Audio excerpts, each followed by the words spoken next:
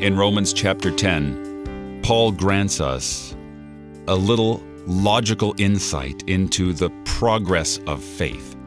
And he begins in verse 14, "How then will they call on him in whom they have not believed? And how are they to believe in him whom they have never heard?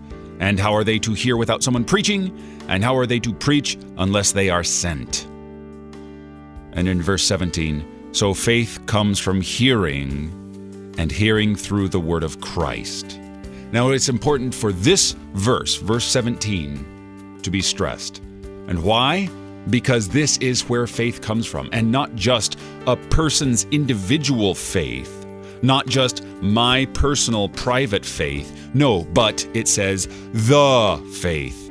In the Greek language, it says the faith comes out of hearing, and the hearing through the spoken aloud word.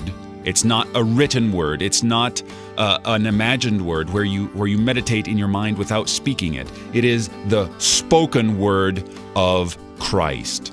Which word is that? Is it, "I forgive you your sins," as a called and ordained servant of Christ, and in his stead and by his command? Is it the entire gospel message of law and redemption on the cross for all your sins? Why not? Why not all of it? I mean, to get to know Jesus, you need to know his story. You're listening to Oratio, part of your morning drive for the soul, here on Worldwide KFUO. Christ for you, anytime, anywhere.